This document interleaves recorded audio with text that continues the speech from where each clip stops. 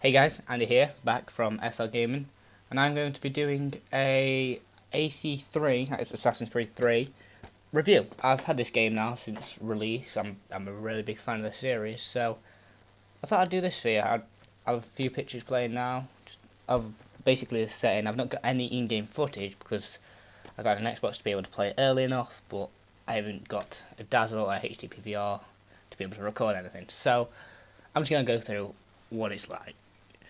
So, as many of you will know, Assassin's Creed 3 is now the 5th installment in the Assassin's Creed series, and it's played before, during, and after the American Revolution, 1870-ish to 1790, sorry.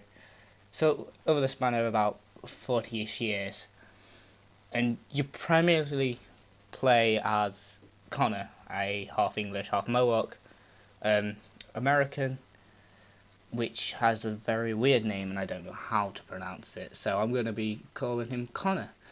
But you also play as Desmond, of course, in all the other ones before, right? And you've got bits from the present day and the past sort of coinciding with each other.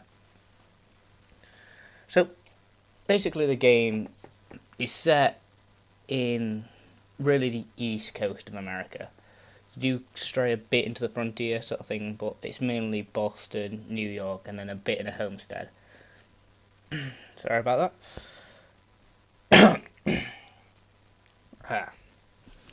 30 years over Connor's life is basically the story, but you start off at playing as Desmond, of course, as you find this new place where Connor is and you need to find the key. But when you first go to the Animus, you're playing as an assassin from Britain called Haytham Kenway. He is at an opera house in London.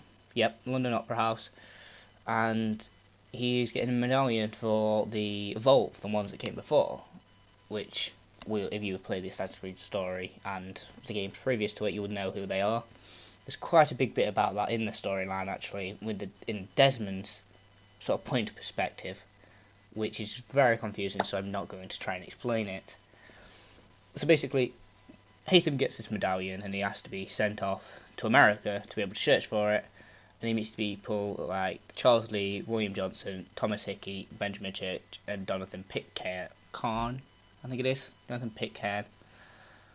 Right, so he gets these people and you sort of go through that building up sort of relationships, making them all come together and do a bit of different things. One of the final things is freeing some Native American slaves, and then there's a woman there, and I can't pronounce her name either, but her sort of nickname is Zio. So Haytham helps Zio by killing this general, which will set all her people free from the tribe. Those two end up basically having some fun in a cave, and out comes Connor. So that is later on, of course, when Haytham has gone back to the group with Charles, Benjamin, Thomas, and William. And when you get there, Charles is being accepted into that group, and you actually find out they are Templars. So, yeah, that's sort of screwed you over. So, after that point, it spans to a point as Connor as a child, and he plays him just sort of learning the basic of the frontier in the forest. You climbing through trees and stuff, which is really fun. You learn about hunting and stuff like that, which is good. But as well as that, you end up seeing Charles Lee, and what he does is confronts you and then tells you to basically has a big row to you, but you're as a child at this point, so you can't really do much. He knocks you out, and then he ends up going back, and you see your village burning on fire, which as Charlie has done. So you run into your village and see your mother trapped underneath some wood, being basically burnt alive. You get saved by one of sort of the elders of the village out of the fire. So that sort of happened when you're about 7. So from then on, you've got a vengeance against Charles Lee, and then against the Templars, so against your father, which you don't know at that point. Then it skips on forward a few years into future when Connor's sort of in his teen years, where he is doing more sort of in the tree and stuff and more hunting and stuff like that. And then he goes in and sees the older woman of the village, and she gives him a piece of Eden, I presume anyway.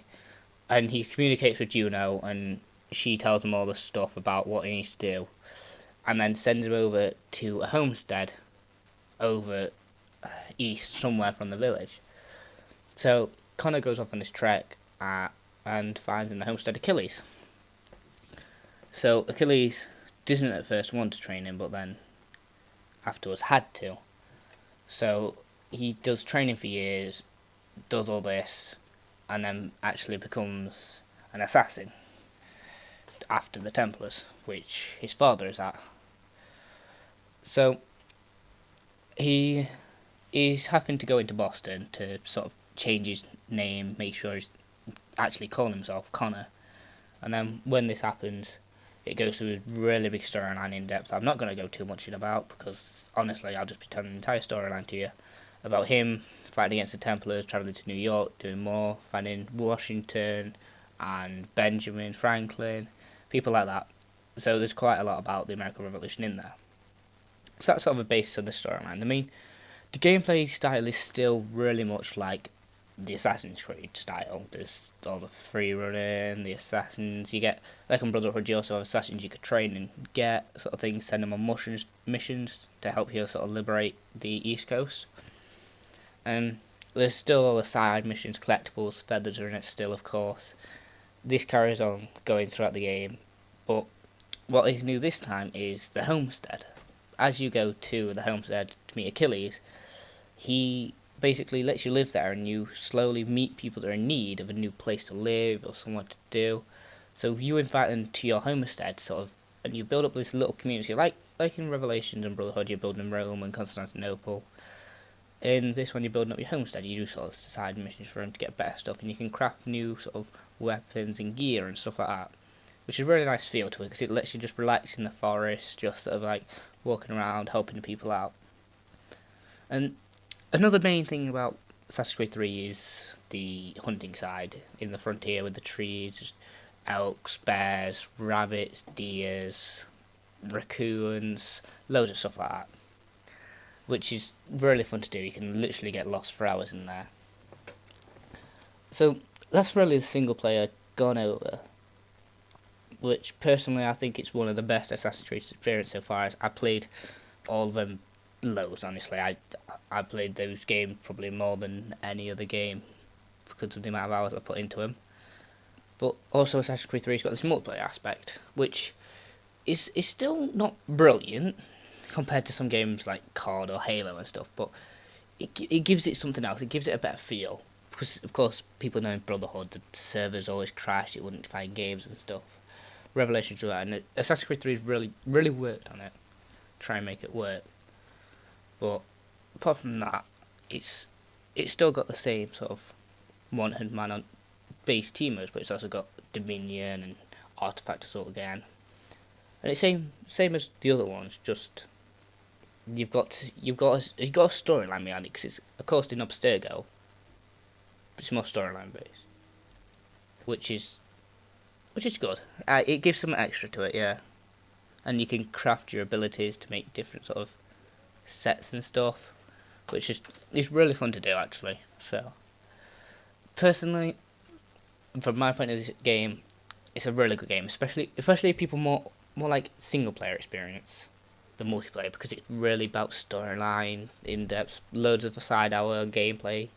I think it's something like 10-hour main storyline, 10-hour side quests, and then like something like more than that. I think it's like 15 hours main, 15-hour side, and then like 10 hours just spending your time in the frontier, just hunting and doing challenges and stuff like that, which is really fun if you want single player games. So personally, yeah, I think out of the three big things, Assassin's Creed, COD, and Halo coming out in the past few things, if you're a single player fan, go for the Assassin's Creed. It's really, really enjoyable to go on. It can occupy you for ages doing all the stuff. Like I was playing it for 2 weeks straight, and I still have so much to do on it, so it can really sort of make you be able to do a lot. So I hope you enjoyed my Assassin's Creed 3 review. I'll be doing probably more of this in the upcoming weeks, but so far this is the only one, so hope you liked. Please like, favourite and subscribe. Bye bye.